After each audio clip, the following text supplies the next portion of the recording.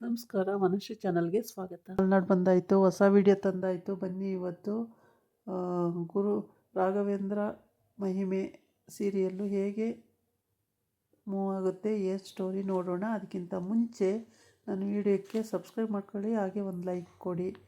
ಗುರುಗಳು ಇವತ್ತು ಶ್ರವಣಕುಮಾರಂದು ಕತೆ ಹೇಳ್ತಾ ಇದ್ದಾರೆ ಮಕ್ಕಳಿಗೆಲ್ಲ, ದೊಡ್ಡವರಿಗೆ ಆಗಲಿ ಮಕ್ಕಳಿಗೆ ಆಗಲಿ.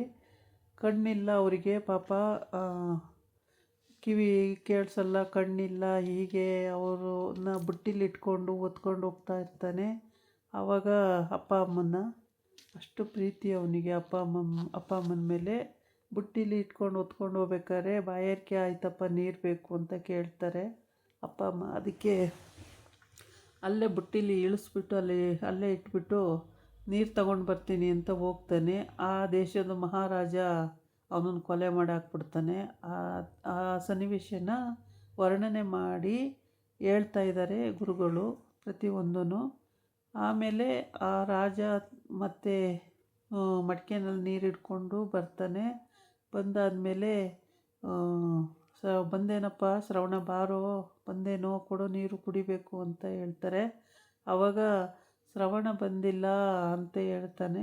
ಯಾಕೆ ಅವನಿಗಿನ್ನೂ ಬಂದಿಲ್ವಾ, ಅವನಿಗಿನ್ನೂ ನೀರು ಸಿಕ್ಕಿಲ್ವಾ, ಯಾಕೆ ಬರಲಿಲ್ಲ ಅವನು ಅಂತ ಕೇಳ್ತಾರೆ. ಆವಾಗ ಅವನು ಹೇಳ್ತಾನೆ, ರಾಜ, ಶ್ರವಣನ ನಾನು ಗೊತ್ತಾಗಲಿಲ್ಲ, ಕೊಲೆ ಮಾಡಿಬಿಟ್ಟೆ, ಅವನು ಸತ್ತೋಗ್ಬಿಟ್ಟ ಅಂತೇಳಿ. ಅವಾಗಂತೂ ಅಜ್ಜಿಗೆ ತಡ್ಕೊಳ್ಳಾರ್ದಂಥ ನೋವು, ಅಜ್ಜನಿಗೂ ನೋವು. ಏಕೆಂದರೆ ಅಜ್ಜ ಹೆಂಗೋ ನಿಧಾನಕ್ಕೆ ಹೋಗ್ತೀವಿ ಮನೆಗೆ.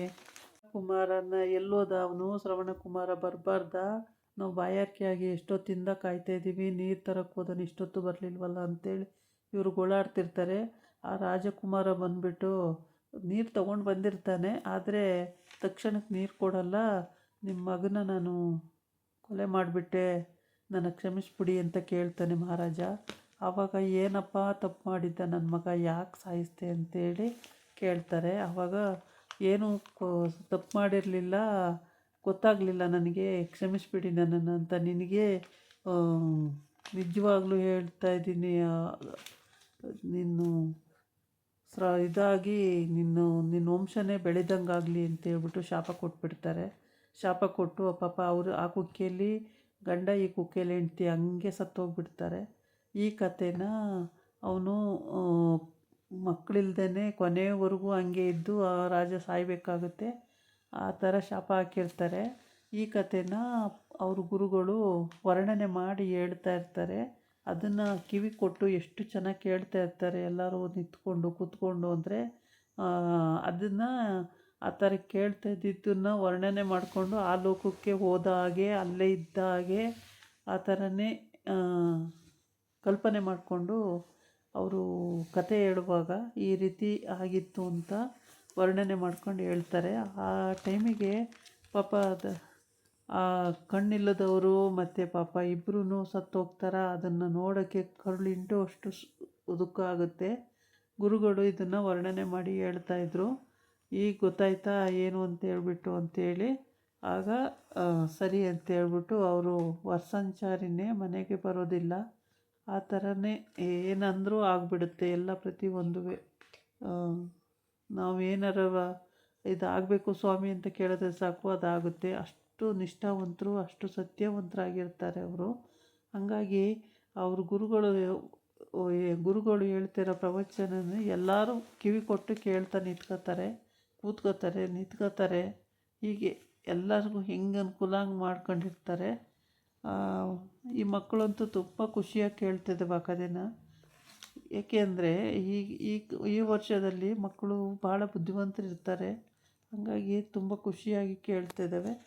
ಆವಾಗ ಅವರು ಎಲ್ಲ ರೀತಿಯೂ ಬಿಡಿಸಿ ಹೇಳ್ತಾರೆ ಕಥೆನ. ಈ ರೀತಿ ಆಯಿತು ಅಂತ. ನಮಗೆ ಮಕ್ಕಳು ಅಂತ ಇಂಟ್ರೆಸ್ಟಾಗಿ ಆ ಕಥೆನ ಕೇಳ್ತಿದ್ದಾವೆ. ಕೇಳಿದ್ರಪ್ಪ ಕಥೆನೆಲ್ಲ ತುಂಬ ಚೆನ್ನಾಗಿ ಅರ್ಥ ಆಯ್ತಾ ನಿಮಗೆ ಅಂತ. ಹೌದು, ದೊಡ್ಡವ್ರಿಗೂ ಕೇಳ್ತಾರೆ, ತುಂಬ ಚೆನ್ನಾಗಿ ಅರ್ಥ ಆಯ್ತಾ, ನೋಡಿ ಎಷ್ಟು ಚೆನ್ನಾಗಿದೆ ವರ್ಣನೆ ಮಾಡಿ ಹೇಳಿದ್ರು, ತುಂಬ ಚೆನ್ನಾಗಿದೆ ಕತೆ, ಇದೇ ರೀತಿ ನಡೆದಿತ್ತು ಹಿಂದಿನ ಕಾಲದಲ್ಲಿ ಅಂತ ಹೇಳ್ತಾರೆ. ನಾವಂತೂ ಕಣ್ಣಲ್ಲಿ ನೋಡಿರಲ್ಲ, ನೋಡಿರೋರು ಹೇಳ್ತಾರೆ. ಈಗಾಗಲೇ 5-6 ತಲೆಮಾರಿನಿಂದ ಈ ಕತೆ ಬರ್ತಾನೇ ಇದೆ. ಹಂಗಾಗಿ ಇವಾಗಿನ ಮಕ್ಕಳಿಗೆ ಅವೆಲ್ಲ ತುಂಬ ಪ್ರಾಮುಖ್ಯತೆ ಇದೆ. ಅದಕ್ಕೆ ಈ ಥರ ಕ್ಯಾಸೆಟ್ಗಳಿದ್ದರೆ ಹಾಕಿ ಮಕ್ಕಳಿಗೆ ತೋರಿಸೋದು ಒಳ್ಳೆಯದು. ಮಕ್ಕಳು ಅಂಥ ಕಥೆಗಳನ್ನು ನೋಡಬೇಕು, ಕೇಳಬೇಕು, ತುಂಬ ಒಳ್ಳೆಯದಿರುತ್ತೆ ಅಂಥೇಳಿ ಇವನು ಹೇಳ್ತಾನೆ. ಆವಾಗ ಯಾರು ಹೇಳಿದ್ದು ಅಂದರೆ ಗುರುಗಳ ಶಿಷ್ಯ. ಗುರುಗಳು ಹೇಳ್ತಾ ಇರ್ತಾರೆ, ಈ ಥರ ವರ್ಣನೆ ಮಾಡಿ ಶಿಷ್ಯಂದನೇ ಉದಾಹರಣೆಗೆ ತಗೊಂಡು ಹೇಳ್ತಾ ಇರ್ತಾರೆ. ಆವಾಗ ತುಂಬ ಚೆನ್ನಾಗಿದೆ ಕತೆ ಅನ್ನಿಸ್ತು. ಹಂಗಾಗಿ ಒಂದು 2-3 ಜನ ಆ ಕಥೆನ ಆ ಕತೆ ಕೇಳ್ತಿರುವಾಗ ಒಂದು ಅಜ್ಜಿ ಗೊಳು ಅಂತ ಅಳ್ತಾನೆ ಇರುತ್ತೆ. ಅದಕ್ಕೆ ಯಾಕೆ ಅಜ್ಜಿ ಅಳ್ತಿದ್ದೀಯಾ, ನಾನಿರೋವರೆಗೂ ಎದ್ದೇಳಬೇಡ ನೀನು ಅಂತ ಹೇಳ್ಬಿಟ್ಟು ಅಜ್ಜಿಗೂ ಸಮಾಧಾನ ಮಾಡ್ತಾನೆ. ಹೀಗೆ ಪಾಪ ಗುರುಗಳು ಎಲ್ಲರಿಗೂ ಸಮಾಧಾನ ಮಾಡಿಕೊಂಡು ಈ ಕಥೆಗಳು ಮಧ್ಯೆ ಮಧ್ಯೆ ಒಂದು ಚಿಕ್ಕ ಪುಟ್ಟ ಕಥೆಗಳು ಹೇಳ್ಕೊಂಡು ಅವ್ರಿಗೆ ಎಷ್ಟು ಬೇಗ ಮನಸ್ಸಿಗೆ ತಾಟಿರುತ್ತೆ ಅಂದರೆ ತುಂಬಾ ಅದ್ಭುತ. ಹಂಗಾಗಿ ಅಜ್ಜಿ ಕೂಡ ನನಗೆ ಸಾಕಪ್ಪ ಜೀವನ, ನನ್ನನ್ನು ತಗೊಬಿಡು ಮೇಲೆ ಅಂತೇಳಿ ಕೇಳ್ತಾಯಿದ್ದೆ. ಹಂಗೆ ತಗೊಳಕ್ಕೆ ಬರಲ್ಲ ಅಜ್ಜಿ, ಅವರೇ ಅಲ್ಲಿಗೆ ಮುಗೀತು ಅಂತ ನಮಗೆ ಸಂದೇಹ ಬರುತ್ತೆ. ಆ ಟೈಮಿಗೆ ಅವರು ಅಲ್ಲಿಗೆ ಹೋಗಿರಬೇಕು ಅಷ್ಟೇ. ಹೆಂಗೆ ತಗೊಳ್ಳಿದ್ರೆ ಎಲ್ಲರೂ ಇಷ್ಟೊತ್ತಿಗೆ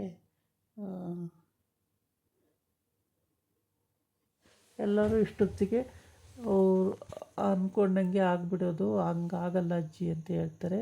ಇದಾಗಿತ್ತು ಇವತ್ತಿನ ವಿಡಿಯೋ. ನಾಳೆ ಇನ್ನೊಂದು ವಿಡಿಯೋ ಜೊತೆ ಬರ್ತೀನಿ. ನಮಸ್ಕಾರ.